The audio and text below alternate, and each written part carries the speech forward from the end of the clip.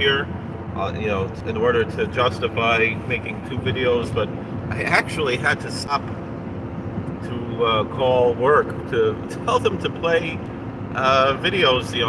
Part of my work is I download videos from YouTube, put them on DVDs, burn them to DVDs, and show for 12 different religious communities every week.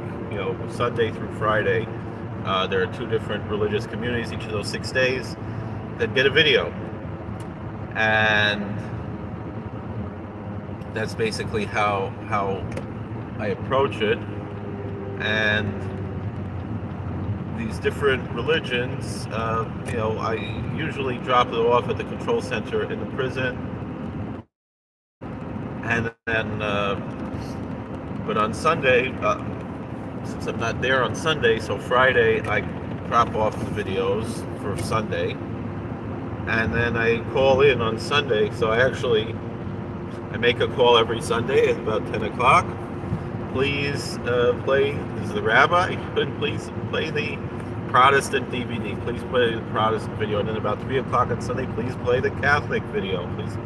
My parnasa, that's what I do for a living. So anyway, I'm doing this a little bit out of order because I recorded the other video first, but really the main points I want to bring out in this video, rather than because of the memory issues on the phone and the SIM and everything else. And actually, I use my phone to download the videos that I upload to the cloud and all these things in order to. So right now, my phone is filled with videos from Jewish, but also a Havdil, pagan, Mormon, Nation of Islam, Protestant, Catholic, and I'll upload them to the, and I don't always get all those videos because I have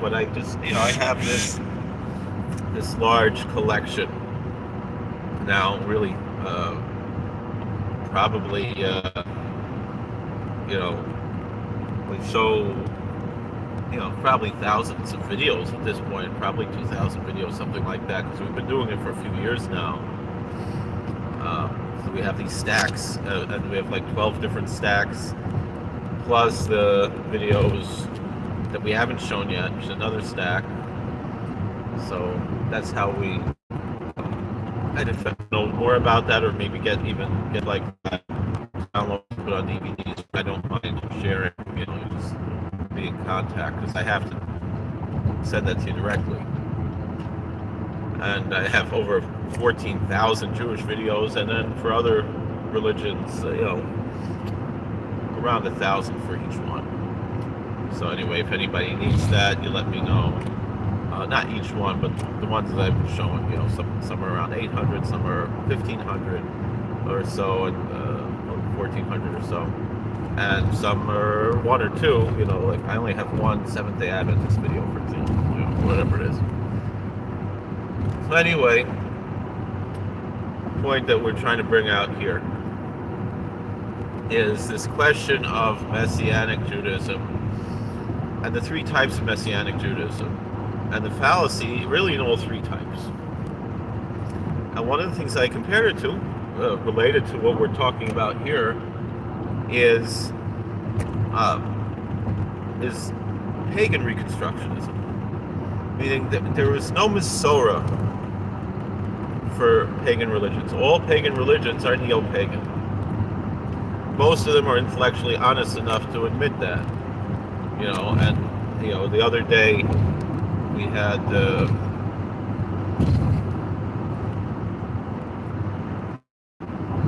had several religions were already ordained priests. Some of them, maybe men learning to getting their master's degree, their MDiv,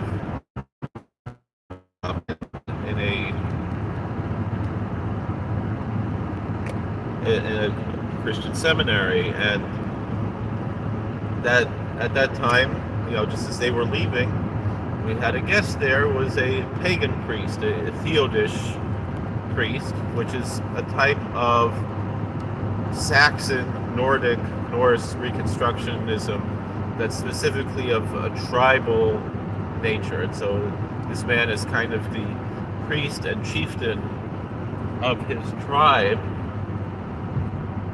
And he was describing, and he was honest to say, the vast majority of the lore and history and everything was lost of what he's trying to reconstruct. And it's interesting because here we are, Orthodox rabbi, and they're Orthodox Christian priests. I'm an Orthodox Jewish rabbi, they're Orthodox Christian priests, or Orthodox Christians. And we both have a Masorah, what we call in Judaism a Masorah, what Christians call apostolic succession.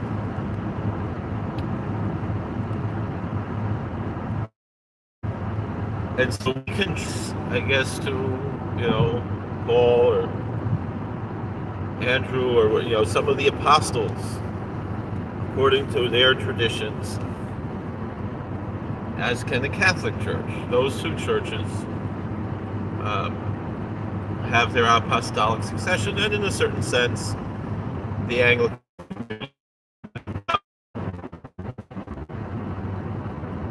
even though they broke away from the traditions of the church in a way that's much more harsh than the schism between the East and the West. But nonetheless, they pretty much had, a Catholic archbishop, the Archbishop of Canterbury, being able to continue that apostolic succession, as opposed to really pretty much all the rest of Christendom.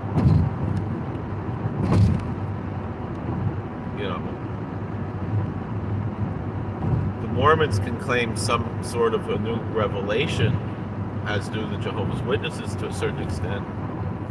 We don't see that so much in the Messianic communities.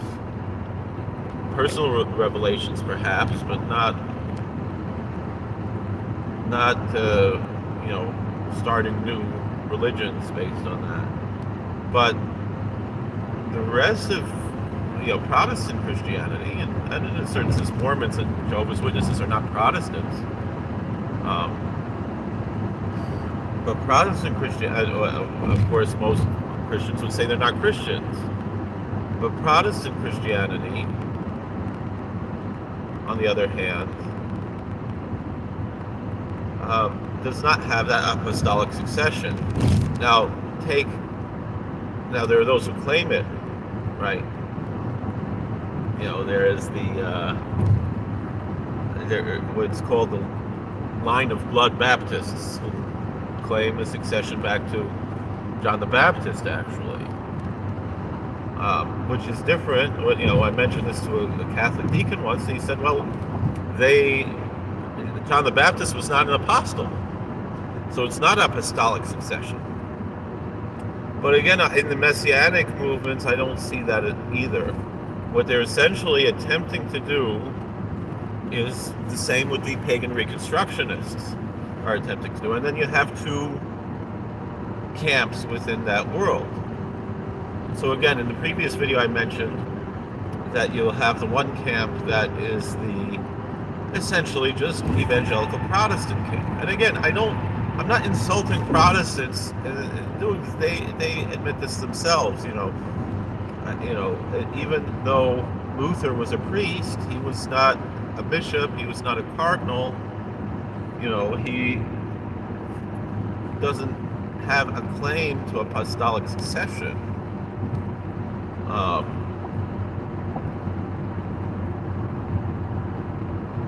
And so within Protestantism, really only the Church of England can make that claim, right? And of course, the Catholics reject that claim. And to a certain extent, the fruit of their, works, we see how, antinomian the Episcopal churches have become. Perhaps they're right. I don't know. But nonetheless, same issue with Reform Judaism and Conservative Judaism as we discussed in the previous videos. In any event, the point that I'm bringing out here is that you have the Jews for Jesus groups, which are really just Christians, right? They're not really any form of Judaism, but rather Christianity with some Jewish elements. But then you have the other Messianic groups that again will fall into really one of two categories, essentially, although there are others, but two basic categories. For lack of better terms, these aren't exactly apt terms, these aren't exactly historical accurate terms, but either Sadducees or Pharisees among the Messianic groups. And so you'll have, what I kind of call Orthodox Messianic Judaism, which is the group I really want to talk about more, so we'll save them. Those would be, I guess, the quote-unquote Pharisees. And then you have the other group, who are essentially the Sadducees. These are the groups that, among Messianic Jews who reject rabbinical traditions, but seek to reconstruct what the early followers of Jesus did to the best of their abilities.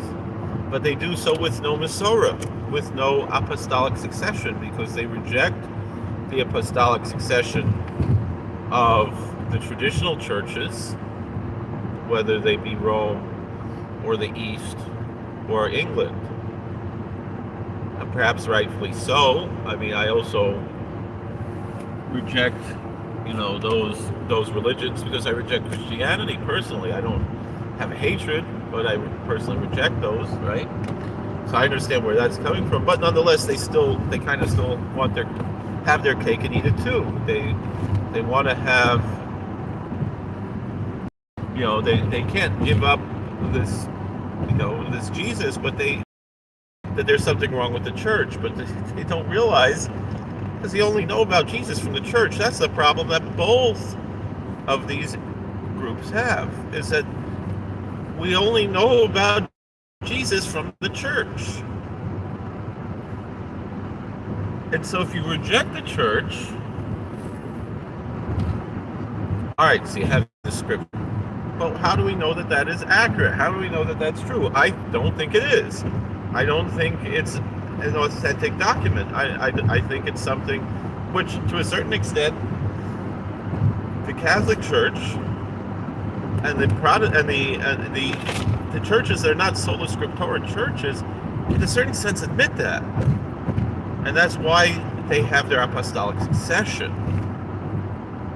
because you kind of live and die on your Masorah. And so that's, in a certain sense, that church is justified not by the scripture, but by their tradition that is passed from one person to other, and not scripture that is subject to personal interpretation.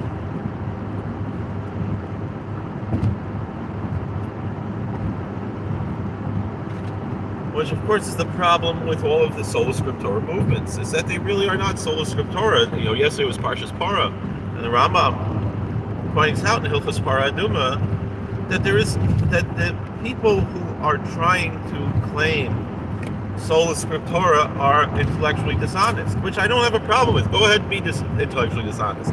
I'm just explaining why it's not for me. If that does it for you, and most Christians will say they have some personal experience, face to face, in prayer, in meditation with Jesus. Well, I can't argue that. We don't know. There's no way to prove or disprove that other than, again, what we have about, what we've discussed many times about national revelation versus personal revelation. And it's not time right now to talk about that. But that's really, to me, even though I don't think, again, my religion is also a personal experience face to face with God, but nonetheless, the apologetics of Judaism, I think, are the most impressive and convincing apologetics of any religion. I'm going to lose reception, so we're going to have to wrap this up. But in any event, so you have the groups that are the reconstructionists of the kind of Sadducee variety. They're the ones that will celebrate Passover sometimes during Purim because the barley crop came in early or something like that, right?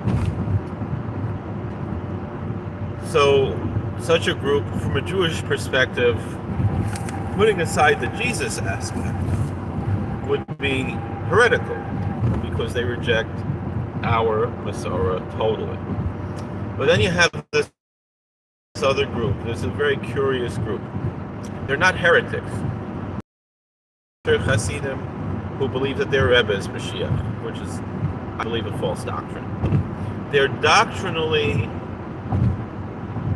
like I said in the previous video, they're heterodoxical without being heretical. They're chutz l'machana, they're outside of our camp. But heresy is a very specific thing in Judaism. They believe in the Yud Gimel Ikrim. They believe in the 13 principles of faith. But they have an erroneous belief about Jesus. They're not heretics. They are at least, in a certain sense, the same as what I discussed in the last video as the conservative Jews, who are within a halachic framework, but just a little bit different. And so they're chutz l'machana, but they're not heretics. They're still essentially our brothers and sisters, and unequivocally wrong. And now I'm going to explain why they are wrong. And they are wrong because, just like I'm describing with these other issues, they are wrong because they have no Masorah. Where do you derive this from? How do we know anything about Jesus, about anything that's in these documents that Christians call the New Testament? We really only know that because of the church. And the church decided which books are going to be in their New Testament, which books are not going to be in their New Testament.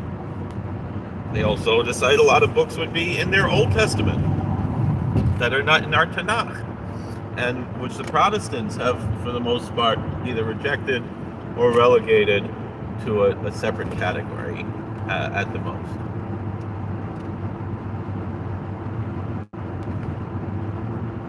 But we don't know anything about Jesus. Certainly, without the church, you don't know anything about Jesus. The testimony of the books that Christians consider scriptural and call their testament is totally questionable. First of all, it has many things that are mutually exclusive within it, not just different perspectives as we have in our Tanakh that might to the untrained eye appear to be contradictory. They have some of that too. They have things that to the untrained eye appear to be contradictory, but are not mutually exclusive, and so therefore does not disqualify the document as a whole. But then they have certain things that are mutually exclusive and disqualify the document, and so only if you really take a liberal approach to the document is the document of any value. Meaning to me, to look at the Christian New Testament has a certain value because it gives some clues to a historical perspective of not only Christianity, but even of Jewish history through the lens of the records of those documents. And so they're interesting, but not important from a Jewish perspective. They're important to me from an American perspective, just like Shakespeare is important from an American perspective. These are things that shaped our culture and really even more than Shakespeare, because although the truth is the Torah really shaped this country more than books that Christians call New Testament.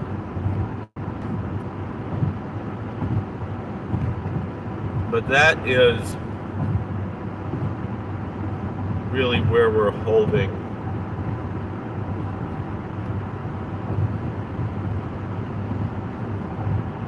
with all of this, is that there's no Masorah. There's no way to know anything about these documents. They are, and so to build one's religion around them in a reconstructionist way is really basically just the same as, it's almost exactly the same, because this Theodish priest, this Norse pagan priest, where do they get their information from? There's books, the Poetic Edda and the Prose Edda.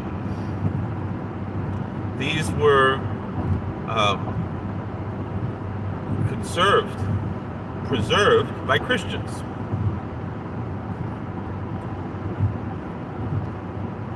And so you have someone who has a doctrine different than your own.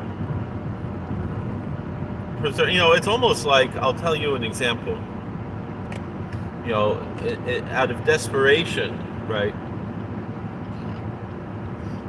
I heard a story that in communist Russia, where car drives you, right? In communist Russia, there was a Talmud Chacham who knew Torah. He wanted to learn Torah, and he didn't have any Sfarim. They took all his Sfarim away. They destroyed his Sfarim. They destroyed his sacred books. But they had books and literature and pamphlets that were insulting our religion and quoting from our religious texts. And so, even from such a disgusting source, he was like, this is the best I can do. This is the Torah I can learn. Now, that's only from one generation. He himself had learned the Sfarim previously, and so he wasn't, totally in the dark. But when you have people trying to reconstruct something from 1,000 years ago, 2,000 years ago, based on books from people that reject the very things that you're trying to accomplish, meaning the Christian New Testament itself rejects the Judaizers. Paul rejects the Judaizers. So what are you going to say? You're going to accept Jesus without Paul? Or you're going to interpret Paul in a different way? Because he said he was the Pharisee of Pharisees. Again, it's no personal hatred. It's just trying to understand. Because, other things I'll have to talk to people privately, but this I think is important to talk about publicly. And again, I can still have respect, just like I sit with everybody, On Shushan Purim, I was sitting at a table with an Episcopalian priest, a lesbian woman, with 2 Mormon missionaries, with a Reform rabbi, a conservative rabbi, 2 Muslims, a Baha'i practitioner, an African-American, Protestant minister. And we were all sitting at the table on Shushan Purim in a mosque. This is what I do for work. It's my parnasa. And I enjoy it, I'll be honest. Something different. So I can fellowship and respect anybody, both as people and even that their ideas are different than mine. I'm just giving my apologetics of why I reject personally those things, of why I reject, meaning if you want Jesus, go to the Catholic Church, go to the Orthodox Church, even go to the Baptist or the non-denominationalists or whoever it is, even though I think they're much more intellectually dishonest, but maybe they're more